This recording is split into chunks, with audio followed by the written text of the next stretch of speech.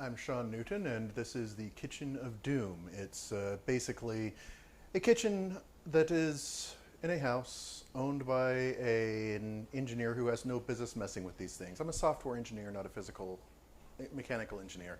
And I have some stuff that wants to eat hands and fingers. It's fun. I kind of enjoy the dangerous kitchen goodies. Sorry about the time being burned earlier. I was messing around with the cameras. Let me make sure I got everything set on record mode. After all, I might be filming the very last time I ever have hands, or all my fingers at least. Anyhow, so we're going to start off using this lovely Vevor meat processor, and I have made sure I don't have it plugged in, so now it's plugged in and it is live. This thing has discs and discs of bladed doom here. You can see in the little picture-in-picture up there. And so if I do a little test fire of it, yeah, this thing's authoritative. It's got power. And we're going to see it demonstrating this power as it just obliterates some things.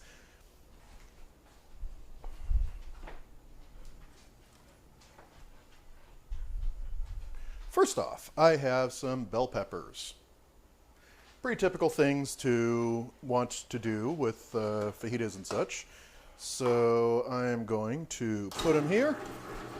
And generally speaking, for safety's sake, you should be using tongs, but I'm just going to drop these things straight through, which will also be relatively safe.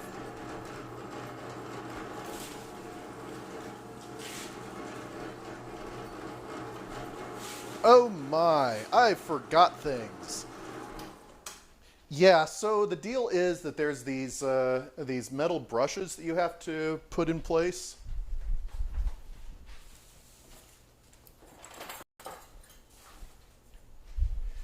Yeah, right. Combs, actually. So the deal is that these have to be inserted into the blades. Let me make sure we're all clean here. So the deal is that because I didn't have these combs in place, the peppers actually have been wrapped around the blade assembly. Let's get the camera in here real good to check this out. Oh yeah, it's going to be fun. So let me make sure I'm positioned on it again. Okay, yeah, there we go. So the blades will do a pretty reasonable job of scraping off and dumping it in once I've got them in place. I am going to this thing because it is too hungry for friends. Okay, come on. Go in here. All right. All right, one comb is in place. Now, second comb. Yeah, whenever you put this thing in and chunks aren't coming out the bottom, that means that you forgot the combs. This is the second time I have forgotten the combs.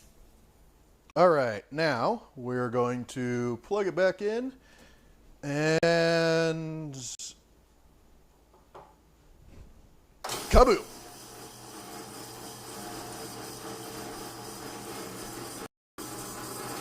So it is not doing a spectacular job of removing things because it's already wrapped around the spindle. But if I go ahead and use the comb to scrape things free,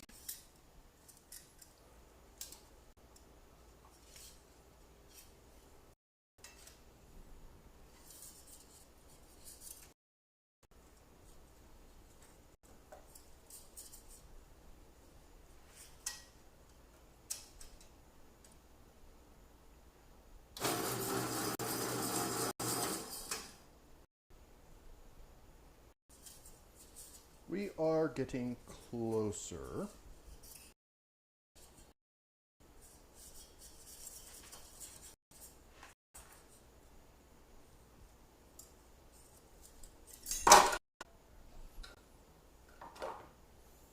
Yeah, I know, it's the three in here trying to work a meat slicer.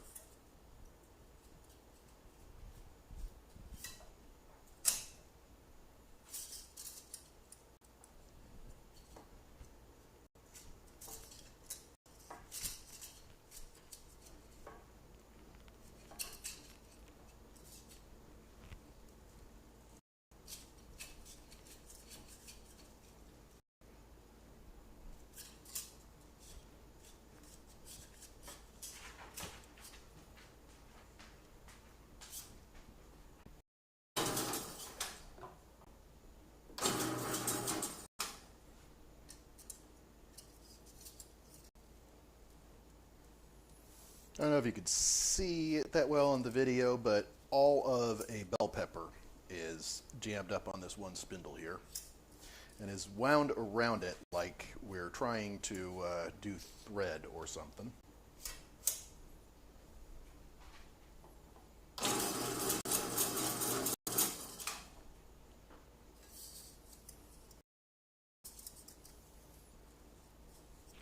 Oh yes, and of course there's my wolf hybrid here. She is used to this thing having meat, and I am sorry, no meat right now. We're just at that early stage where we're messing with the bell peppers and such.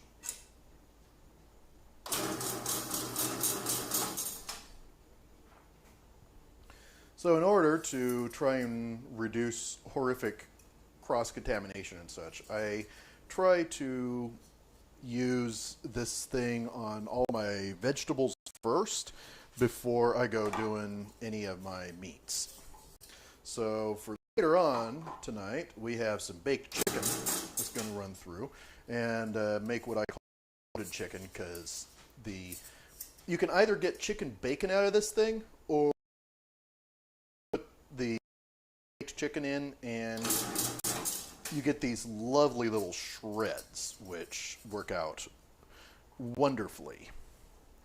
So I got chicken in the oven right now that's eventually going to wind up in this thing, because I love exploded chicken.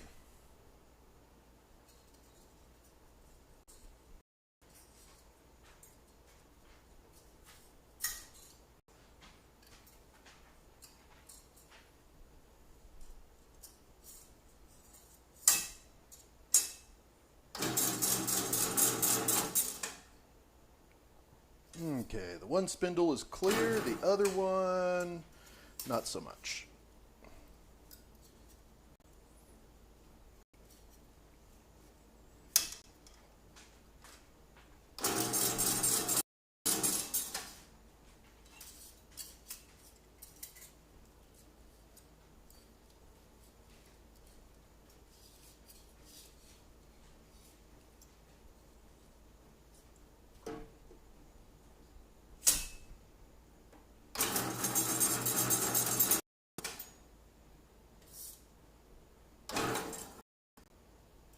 You have to kind of rely on luck of the draw for what end the spin stop at. But you got to be extremely careful while doing this, because those blades are really, really sharp. And I try never to be pushing down on this thing in a way that's going to convey my fingers closer to the blades of doom, because it will happily ingest them. Once we get to the meat, you will see exactly what I'm talking about. Well, not with my fingers, mind you. Well, hopefully not with my fingers. All right. There we got some that lovely bell pepper. All right. Well, I think we got it. Yeah, we got a little bit left in this one part of the spindle here, so I'm just going to put the comb in place. It's going to fall out. Yep, there it goes. All right, combs are in place. We're going to process the rest of the bell pepper, and then we are going to have some fun with the other things. I've never run green beans through this before, and I intend to find out what happens. So, no further ado. Now notice, it actually went in rather well.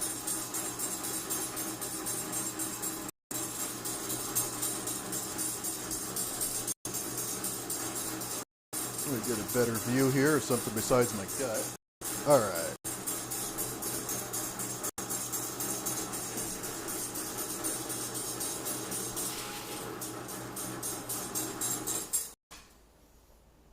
Yeah. All right. So that is chopped. And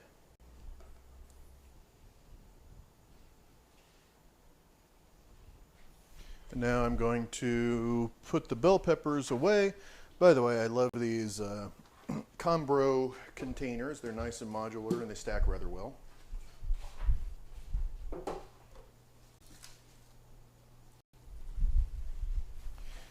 And now we have the bane of my daughter's existence, the green onions. She absolutely hates them, and, well, everybody else in the family likes them, so this presents a problem for her. And you can't have pad thai without green onions, right? Okay, so, Hazel.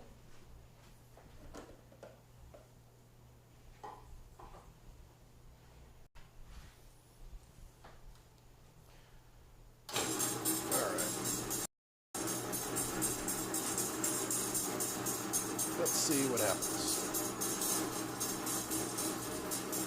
Alright, so it's kind of like a very angry paper shredder.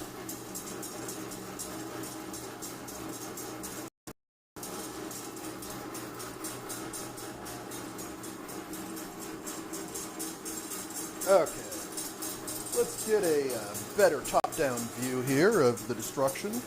Let's see what this is looking like. Okay, you got a good view here. Whoa!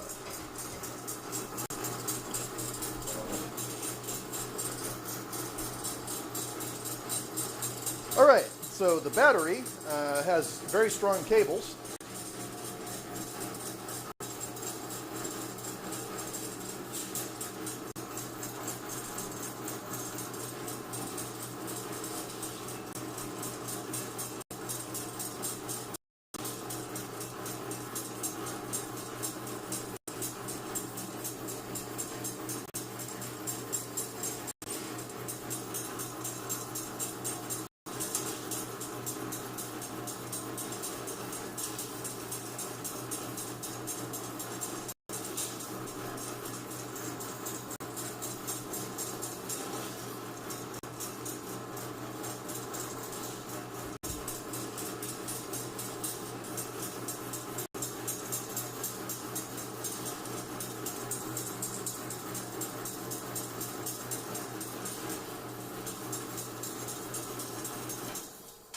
Okay, I am going to sort of squish this down a little bit because I don't want bits of onion falling off.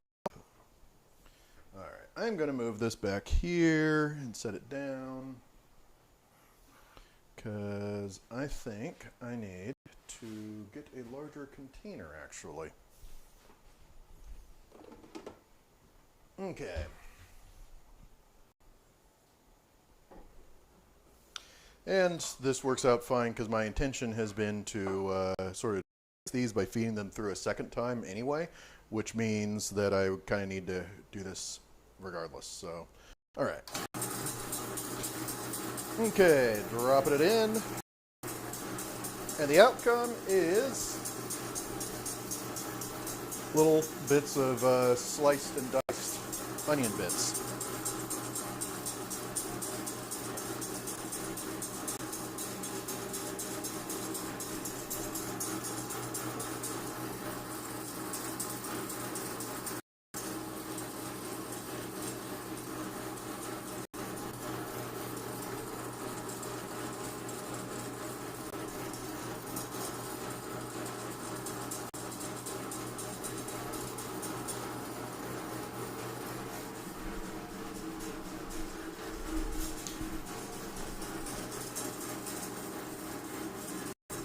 This is my preferred way to feed things.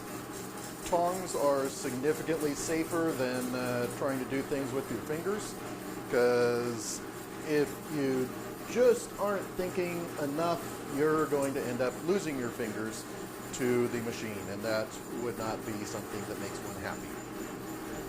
Well, maybe there are some people who'd be happy about that, but they are strange.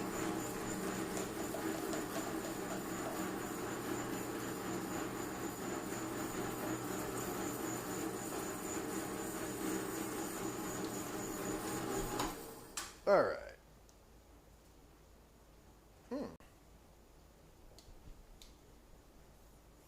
So, generally speaking, green onions don't really affect me when I'm cutting them. On the other hand, this is also a whole bunch of cutting compared to what you normally would do with green onions. So, yeah, I'm getting a little minor onion tear gas effect here.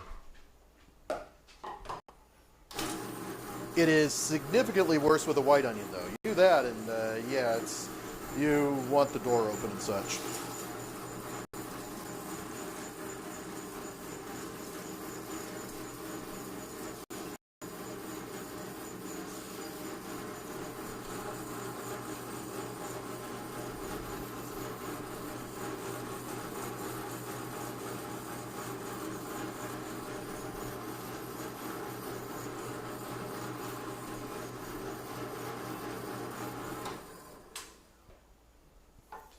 As this machine absolutely hates everyone and wants us all to die.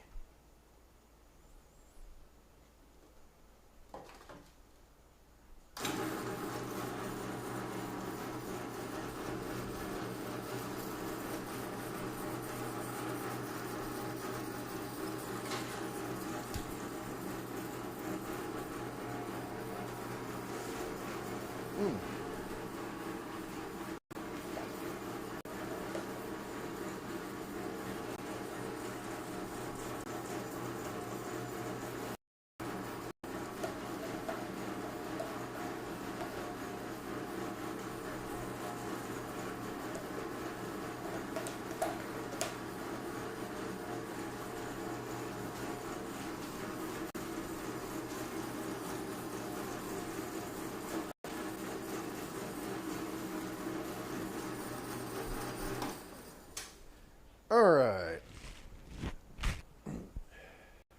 Now, we have our sliced and diced, ultra chopped up onions. And it is time for us to move on to another experiment.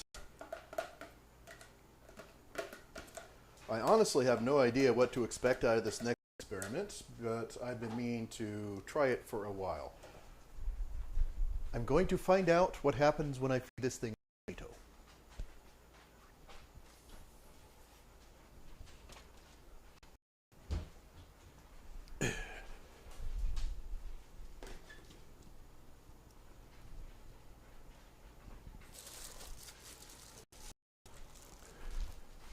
Now let me clarify, this is not the worst idea that I've had, because I'll tell you what the worst idea I've had is. It is the idea that keeps echoing in my head that says, Sean, this thing wants a salmon. Feed it a salmon, Sean. Feed it a salmon. It wants a salmon. Especially if you get around the spindles, I think that's going to be pretty horrifying.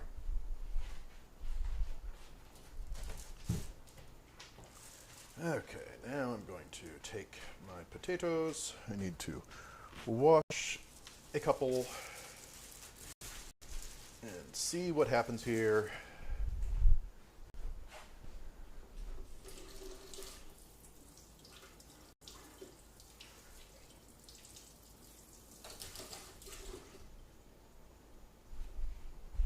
All right, so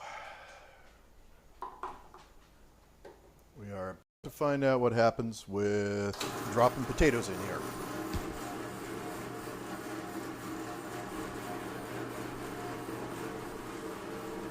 Well, right now, not a lot of anything.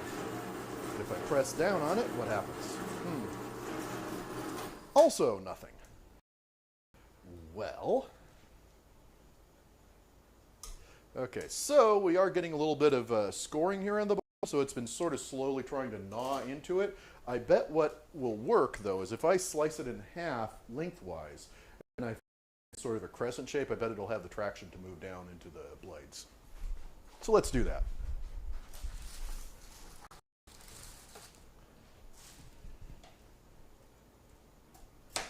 One potato. Two potato. All right. So now we have sliced these potatoes, and we got little potato hemispheres here, and we are going to find out what happens when we drop them in.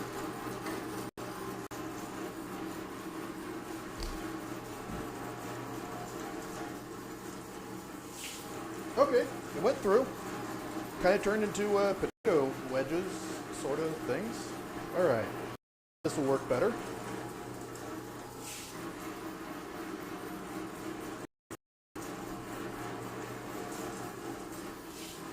All right.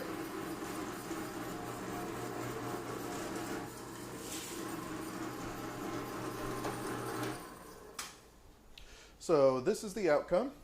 It's usable.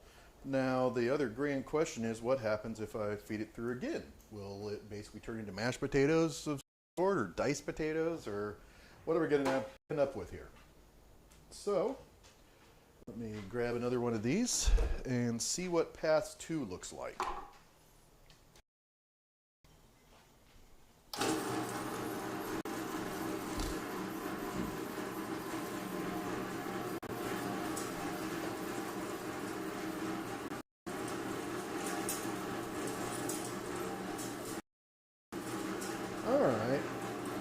Now these are chunks that look like you could make some hash browns out of them or something like that. Maybe potato pancakes.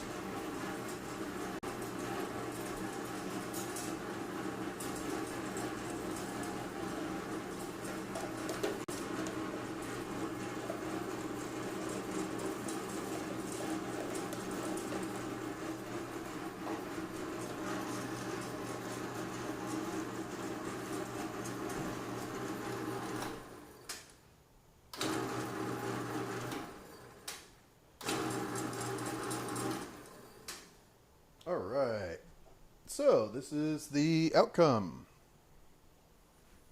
It's all sliced and diced little bits of potato here. I am going to have to do an experiment or two with this and see if I could do something tasty with it. I don't know how it's going to turn out. So, now that the potato experiment has been performed, let's see, do I want to do any Vidalia onions? No.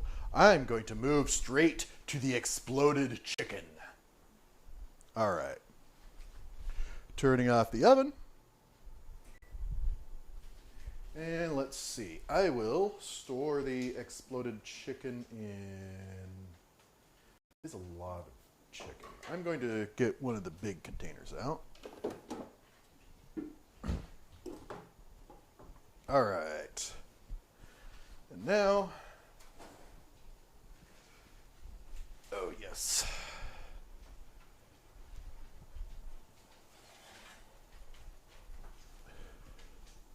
This is baked chicken that's been sitting in the oven for a little bit of extra time. Not a ton, but it's enough that it is rather baked. So this is going to be going in, and it will probably do what what the chicken did the last time, which was more or less explode as soon as it hits the blades. It's going to be fun. All right.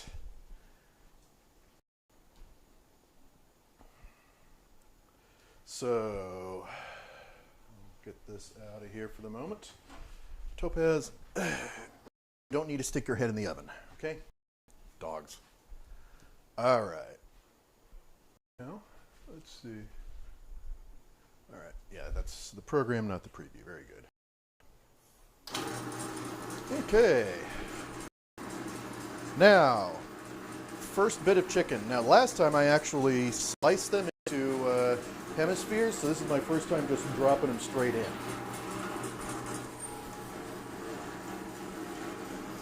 And we have steam coming up out of the machine, and so we have, in fact, not quite as explodey as it was last time. This is coming up looking more like canned chicken, actually. Oh well, canned chicken is still tasty.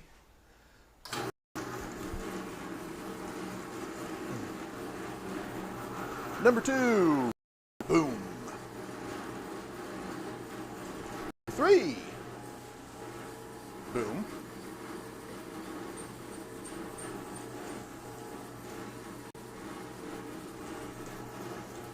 And of course, I now have all 3 dogs, or technically 2 dogs and a wolf, if you want to count it that way, hoping for some chicken. This is the payoff. This is the thing they've been looking for all night.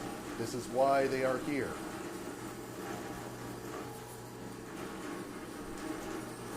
All right. Now, let me extract this bit of chicken that's dangling here. Stuff things down a little bit because I have more chicken to go.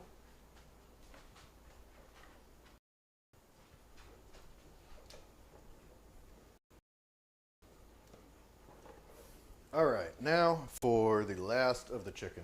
I am sorry, Hazel, you will not be getting any. Well, maybe a little bit. All right. All right. It has now been fed through.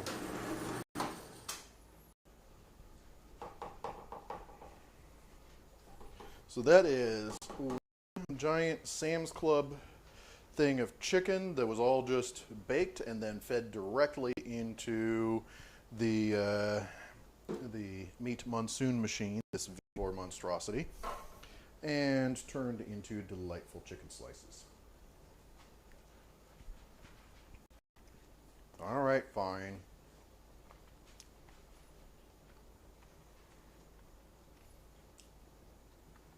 Topaz. All right, Hazel, don't eat my fingers.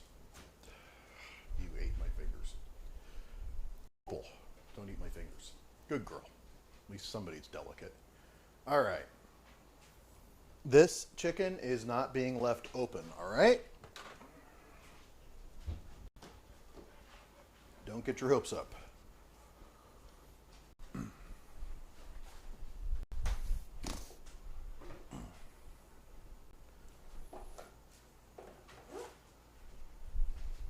Hey.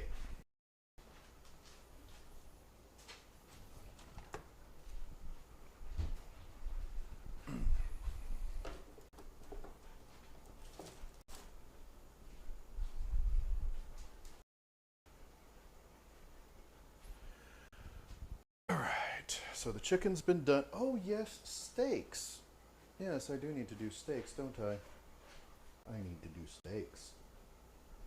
All right.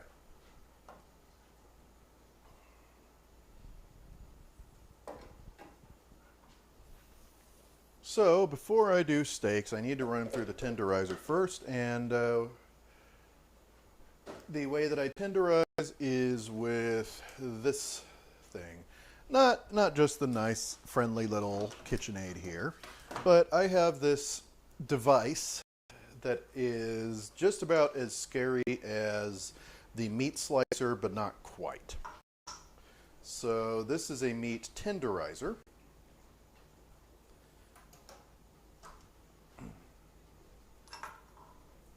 And just like the meat machine, it hates your hands and it wants to eat them.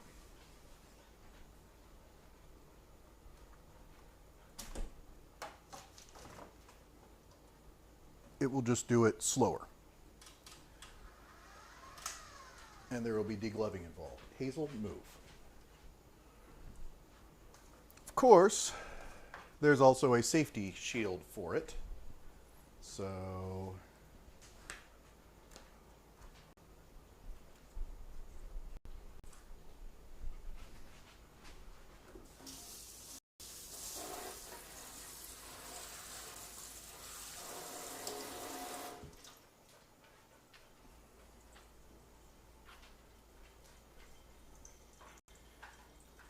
Hazel, you and I both know what you have in mind. So let's get out of the way.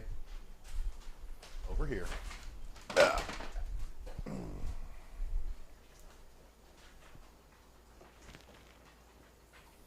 Don't worry, Topaz, I'll give you something nice later. All right. So it is now time for the steaks.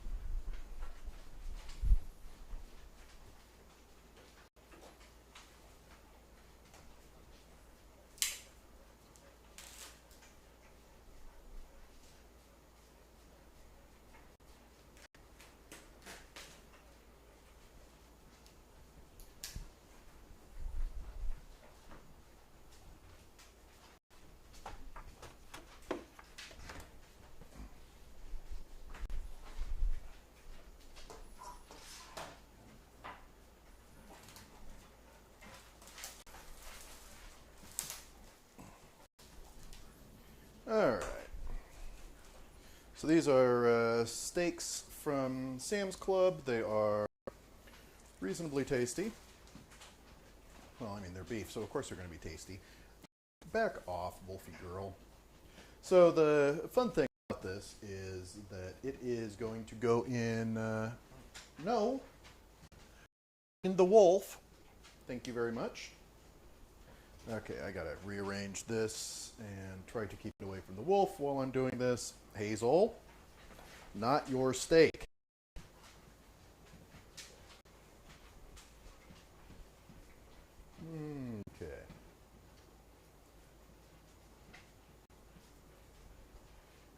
All right, so notice how long it is now. It's going to get a lot longer because it's going to get this thing and tenderized.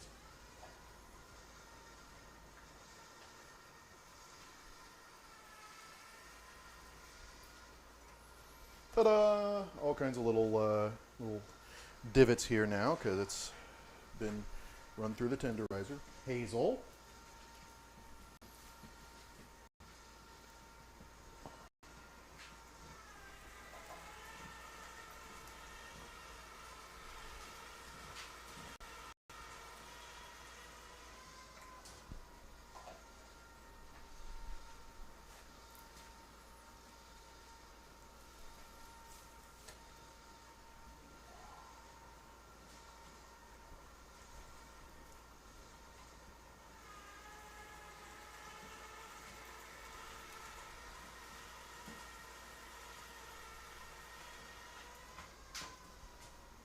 So there's this lovely thing called degloving that lathes will do to hands very easily, and I'm sure that this machine very much wants to do to my hand if I let it anywhere, get any kind of a chance to do it. I have to get degloved.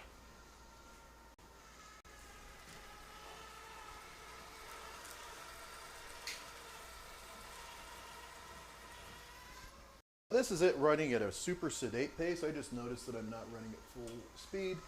The max I'm supposed to run this thing at is 2, and I was running it at 1.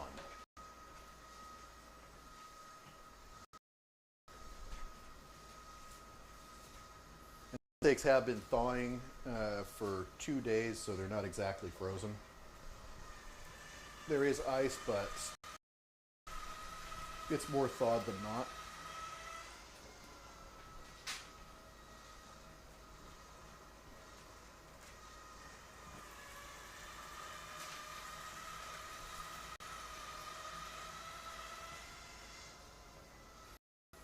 All right, back off, Hazel.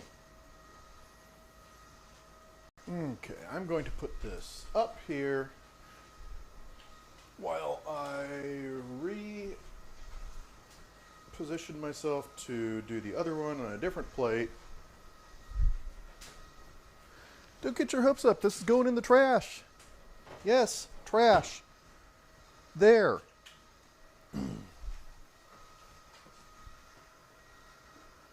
And the other ones are out of reach, even for you. Hey.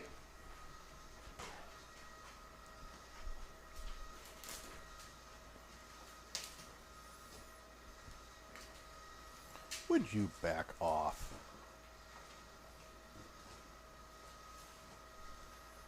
Okay. Toss this. Leave those steaks alone, Wolfie girl.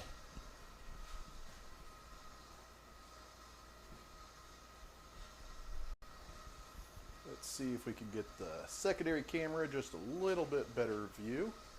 Actually, you know what? We're going to turn this off for a moment. We're going to remove the safety guards so that the full glory of horrifying can be seen. All right, now, of course, I take full responsibility if there's some stupidity I end up feeding it my hand. Hazel.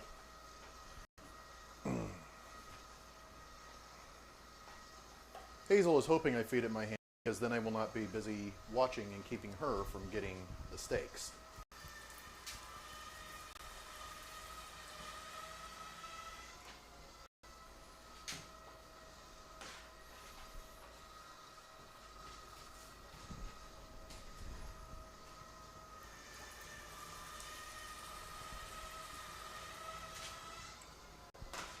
So if you ever wanted to know how to make up that $1 a pound difference between cube steaks and regular steaks, well, I think it's just a matter of owning one of these things.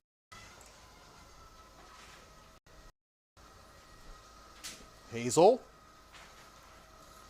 Now, she's offering to tenderize the steak as well, but I don't think that I will want to eat it after she's done.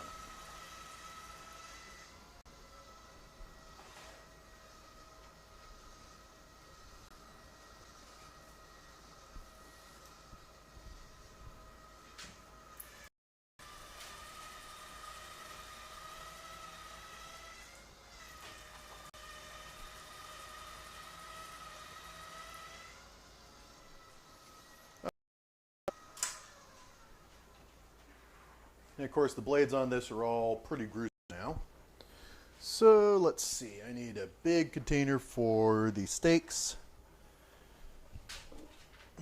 Last of my big containers, but this is the last thing I'm planning on doing tonight anyway. And maybe some more potatoes. But yeah, let's get this thing unplugged because it may not be as dangerous as the other thing, but it still wants to eat my hands. Okay, rinsing this out is actually not too bad. You just rinse it and then you can put it in the dishwasher or whatnot, and it actually does pretty good. Alright, so now repoint the camera because now it's time for the Meat Monsoon Machine again.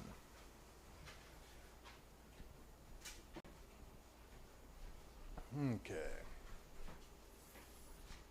Now this guy is here. Yep, that powers that up. All right, steak o'clock. And by the way, this is one where I won't play around. I'm going to use the tongs because when it grabs onto a steak, it actually quite vigorously grabs a hold of it and pulls it down. And I have this Final Destination kind of mental image of my hand following it right on in. So for steaks, it is flat out tongs, or you know, I'm not philosophically opposed to just dropping it from a distance, but I'm still concerned about getting my hands anywhere close to this thing, and yeah.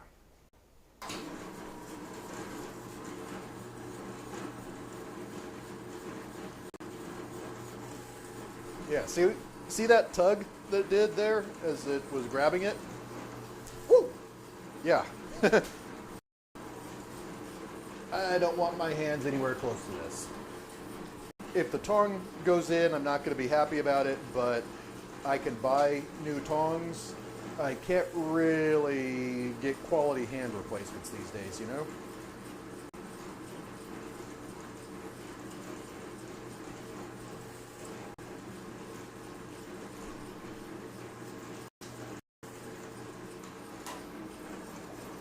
Based upon the amount of power on this thing, I don't think this thing would stop until your hand was pretty well pulped. Alright. So what we have now is kind of a delightful steak spaghetti. It's all kinds of little strands like this. If you feed it in again, you end up with this sort of diced beef, which is also rather nice on its own. In fact, I think I'm going to do a second plate of steaks as that. Well, okay, so what I'm going to do instead is I am going to feed into this until it is full, and then I'm going to reprocess some of this into one of my smaller tubs to have some that's processed small. Okay. So the next batch of steaks, also definitely using the tongs. Yes, picking dog fur off of everything because my wolf is blowing her coat, and that's just the way life goes around here.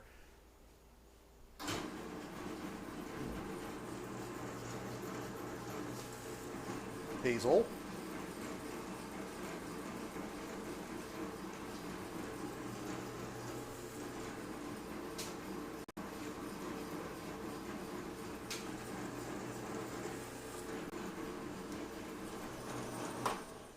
Okay.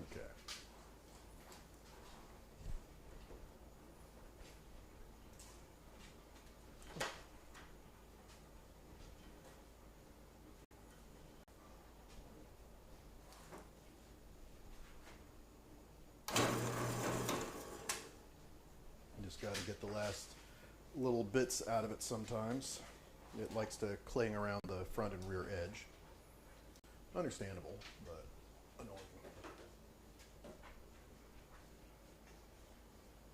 Alright, now I'm going to use this one here, and I'm going to put a goodly amount of the steak into it.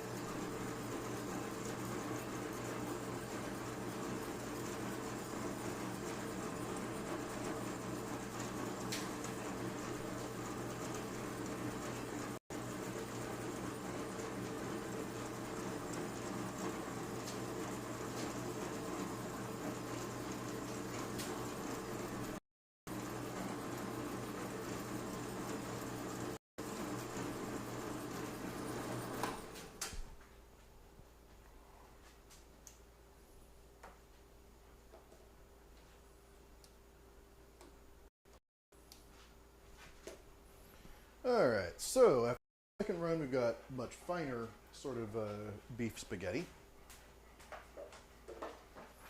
And now that we've made some room here, I'm going to go ahead and chunk up these other two steaks.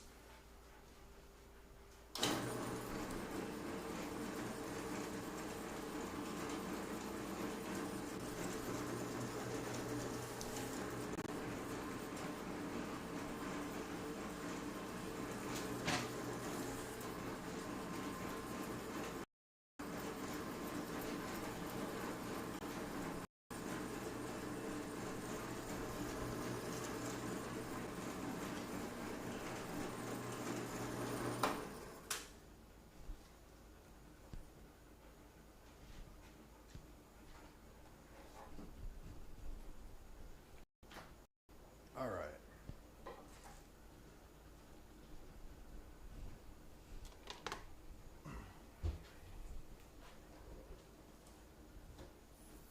So the chunks have been chunked, and I am going to chunk some more potatoes, I think, because I can use some more of those.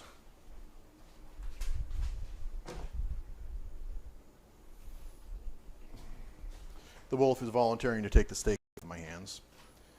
Back off, Hazel. No, you do not get the steak. All right?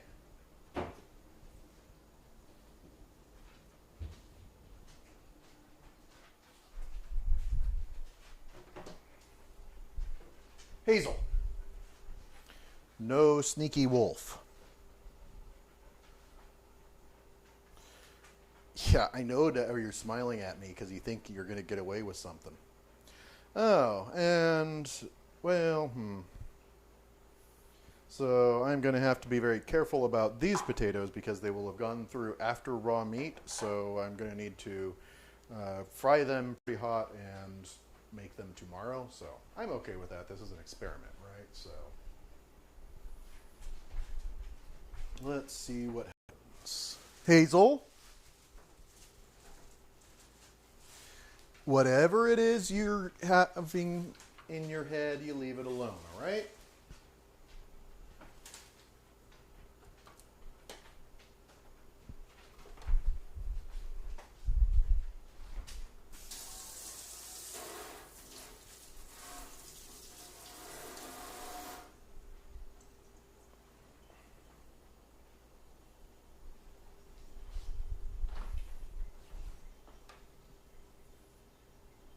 Hazel, you gotta leave it alone.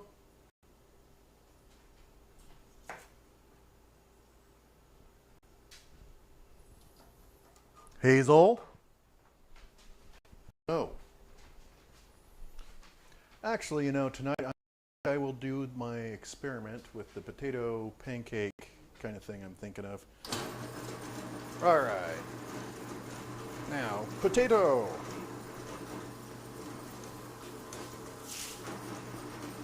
Potato.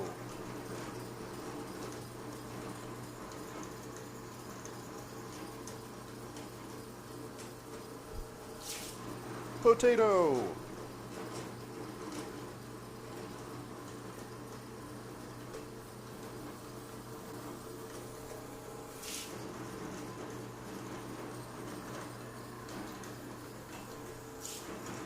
All right. Now, we will put this in with the beef. Maybe it'll pick up some lovely steak flavoring. And I am going to scoop it off on into the blades to produce that lovely second time through mulched texture.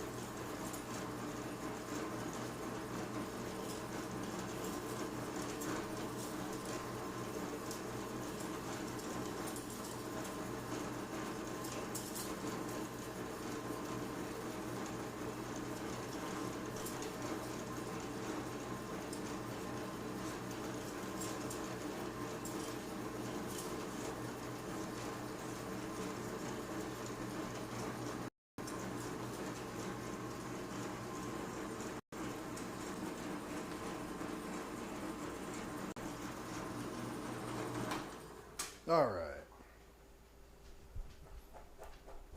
Yep.